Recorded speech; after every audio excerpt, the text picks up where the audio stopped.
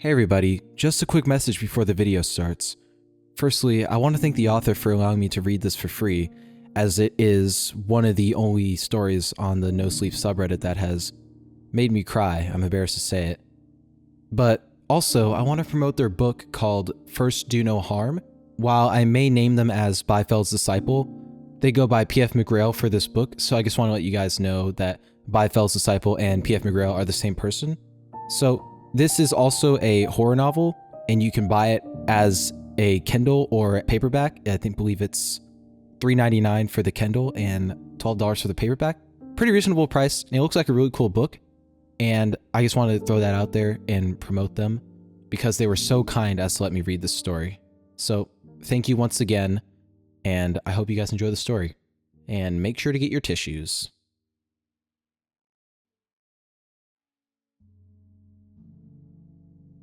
I don't have the courage to put this feeling into words, but we both know it's true. When you die, it won't matter to me. That line is never spoken during a breakup, but it's never truly absent. Ending a romantic relationship means removing an everyday person from your everyday life. Each meeting thereafter will be a special occasion, a break from the norm. And the next inevitable parting will be nothing more than a return to the normal. We can still be friends. No, we can't. Friends share a common interest, when said interest was exposing each other's most vulnerable body parts for frantic groping. Every subsequent interaction will always be a drastically diminished version of what connecting once was. Both parties know there isn't any point, so they drift. Everyone is drifting, because permanence is an illusion we've created to deal with the omnipresent knowledge that we only have 30,000 days on Earth if we're lucky. Those who don't drift together inevitably drift apart. One day, the person who shared your secret fetish is just someone that you used to know, but don't anymore. And when one of them dies, the other one almost certainly won't know about it. The drift will have been too great. With years gone by since the last conversation, the final vestiges of communication will be long gone. Neither party will know who dies first. Breaking up means accepting this, every part of it, in a single instant. I wanted to explain these thoughts to Veronica after her "we can still be friends" line. Instead, I shouted, I agree, Veronica, because fuck me, fuck Michael. I deserve to hurt for being me, and I could never suffer enough to make you happy. The dam broke, and she sobbed. The blonde hair fell over her face in the way that I had always thought was cute, and her tiny shoulders shook.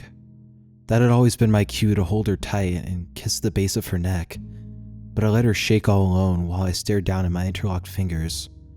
I was hurting her, and it was cathartic. She stopped crying, and the silence was awkward. Then her pain wasn't cathartic anymore. Snippets of the words I'd wanted to say settled fuzzily on my brain like dew. Look, I didn't say it right. Just give me a second. I explained softly. Just give me a chance to say it better. She got up and walked to the door. I darted after her, and the words swirled inside my head. Just give me a second. I can say it better. She always hated it when I yelled. Veronica didn't look back as she pulled open the door and ran outside. Wait! I struggled to put on my shoes. I hopped, fell, split my lip, and swore. By the time I'd gotten to my feet and headed out the apartment door, she had gone too far for me to discern the direction she had taken. Veronica never answered my phone calls or texts after that. The drift had already gone too far. I knew she was trying to get me to stop contacting her by cutting off all communication, but I was determined to persevere. If nothing else, I wanted to be right one last time. She took that away from me. She didn't care if I died, and she was going to face that fact. I had climbed to the 19th floor from our formerly shared apartment on the 13th, and was staring at the slate gray sky that Portland, Oregon thought was best suited to comfort me. "Tell you what, God," I said to the sky. "I'll give you until the end of this cigarette to show me a sign that you care." I flicked away a tear. "One day, you're gonna take me anyway. I'm giving you a chance to show why I'm loved enough to delay the inevitable." I told myself I didn't want a sign. I really wanted a sign. I sobbed when the burning edge came within a quarter inch of the filter. My eyes burned. "I hate you," I whispered as I pitched forward. In a panic, I scrambled to grasp the edge, but was far too late.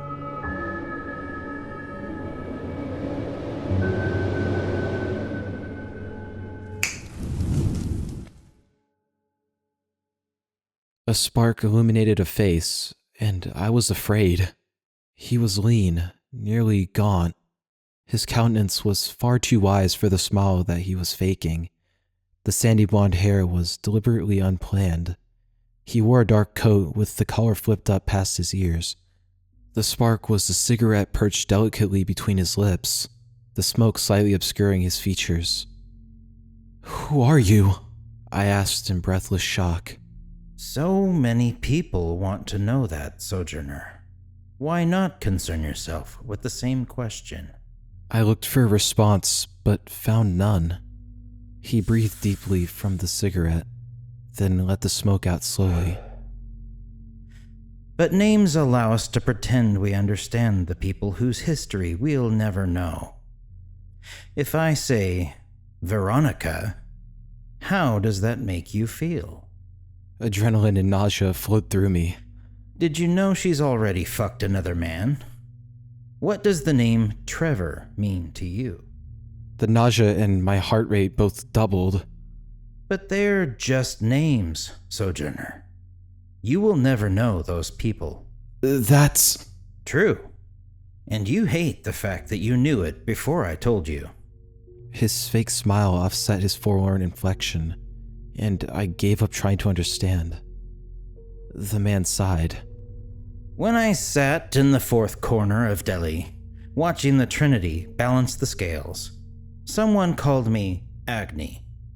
Let's pretend that's the extent of who I am. I pressed my palms against my eyes, and I tried to remember why my head would be exploding in pain after a soft touch. But it was far too late. I yanked my hands away and stared at Agni. Holy fuck! Did I just die and go to hell? What makes you think dying is necessary to visit hell? He shot back with the cigarette bouncing between his lips. I had no answer. What do you think heaven and hell are, really? Agni pressed. A panic attack was lingering at the edges of my vision, smacking its lips at the prospect of devouring me whole. Why are you doing this to me? I whispered. Agyan! He yelled as though he'd been burned. I'm just a bystander in the life of every person who wants to blame external circumstances for the choices they make. He pulled deeply at the cigarette, which didn't seem to be getting any shorter. Now, Sojourner, answer my question honestly. Images of every shitty thing about my life rushed into my head. Rat hole apartment, a boss that saw me as a meager tool for generating money, a mom who knew I didn't care, and an ex-girlfriend who defined happiness as never talking to me again. Heaven is never feeling anything else, ever. Pain bounced around my head like a ping pong ball as I wiped the tears from my eyes. Agni narrowed his gaze. And hell? I turned my head away from him. Hell is feeling everything. All the pain, all at once. He burrowed his cobalt blue eyes into me before plucking the cigarette from between his lips. Then tell me, O Muse, what is the difference? I snorted in disgust. Isn't it obvious? The man slowly rubbed his palms across one another, precariously pinching the end of his cigarette between two knuckles. What if I told you, Sojourner, that the only difference between what you love and what you hate is choice? I would call you a liar. The words escaped my lips before I could think of a response, but the reaction seemed justified. He smiled, but It wasn't happy. 2 doors, Sojourner. I became aware of 2 plain, white doors sitting in darkness. They did not suddenly appear, but I did not know how long I had been conscious of them. 1 door Agni explained with sudden weariness. leads to peace. You will see nothing, feel nothing, know nothing. Pain is simply unable to exist beyond this door, in the same way that colors cannot be used to measure your height. He didn't point to either door, but I simply understood that he meant the one on the right. Beyond this door Agni explained as he reached for the knob on the left and pulled it. is pain. The scream was so guttural, so bass, that my first instinct was to kill the wretch that suffered badly enough to make that horrible noise. Then I realized it was my mother. I saw her frail, sobbing form beyond the door, shaking like a dry leaf in a hot storm. I reached out to her. Wait. Agni yelled, dropping his cigarette to the ground as he blocked my advance with an outstretched arm. This is a changing door. Once you go in, you can never come back. His voice was strained. What has been done can never be undone. I stared in agony at my screaming mother, understanding innately that she could neither see nor hear me. I didn't realize that I'd been crying until I heard my own gurgling voice. Is she in hell? Agni plucked his cigarette from somewhere unseen and took another drag. Heaven and hell aren't places you can be, Sojourner. They can only ever exist in you. I pulled my hair in frustration. But what's making my mom feel hell? Agni looked at me sadly. You are. The image beyond the door shifted to a broken body laying on a gurney. It was so shattered that several moments passed before I realized I was looking at myself. Blood and torn flaps of skins were interrupted by the odd protruding bone. I realized that it was the most painful thing that a parent could see. The visage was hell incarnate, handcrafted to deliver the maximum amount of agony that any human was capable of processing. Well, Sojourner, which door do you choose? Rising panic made my head spin. I don't want either. I hyperventilated. I mean, I want parts of both. Agni shook his head. It doesn't work that way. My breathing quickened. Well, I don't know the full story. How can I make a decision without understanding all the facts? He smiled. It does work that way. Too many thoughts swirled at the same time. I hated my mom for being so hurt and understood how much she must be hating me. It was because she loved me, which I both didn't and did believe at the same time. I wanted to be with Veronica because she was perfect, except that she didn't love me, which was the worst thing in the world. So I didn't want her. I stared at Agni. His image was blurred by my tears. I hate you for making me choose. He nodded once. You're welcome. I stared longingly at the door on the right as I walked through the one on my left.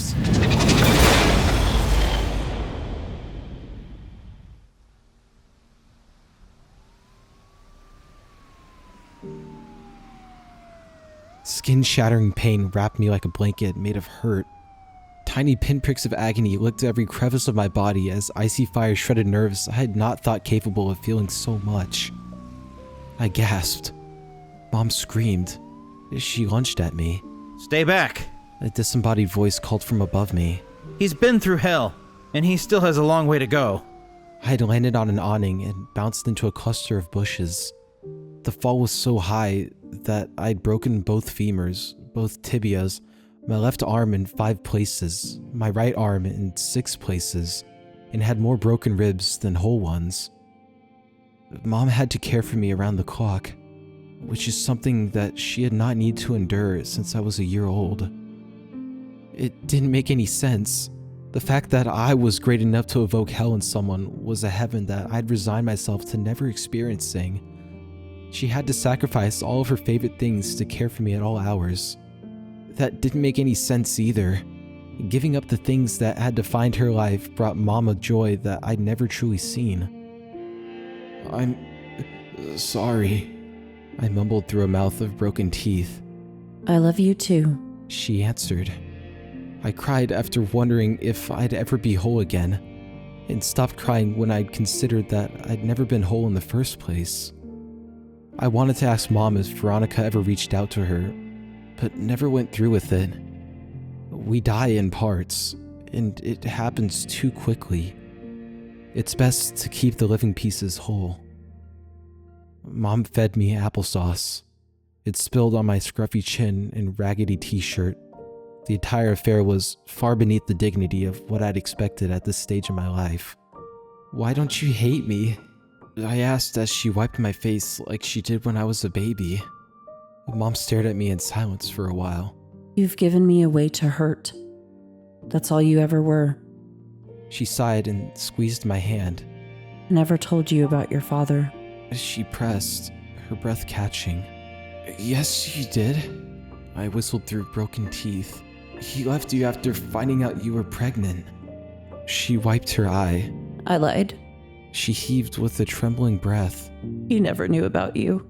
So Dad hadn't chosen not to love me. He'd simply gone through the door, feeling nothing. Her fingers crushed mine. Part of me wondered if she knew how much she was hurting me. Another part understood that she was well aware. He left me before I knew about you. Muffled sobs overtook her. And I was going to follow where your footsteps almost led. I decided on pills, though. Not a rooftop. Her voice was delicate as glass. My arms were too broken to wipe my eyes. "Did you hear a voice offering you two choices?" She looked out at the gray sky morning and nodded. It was yours.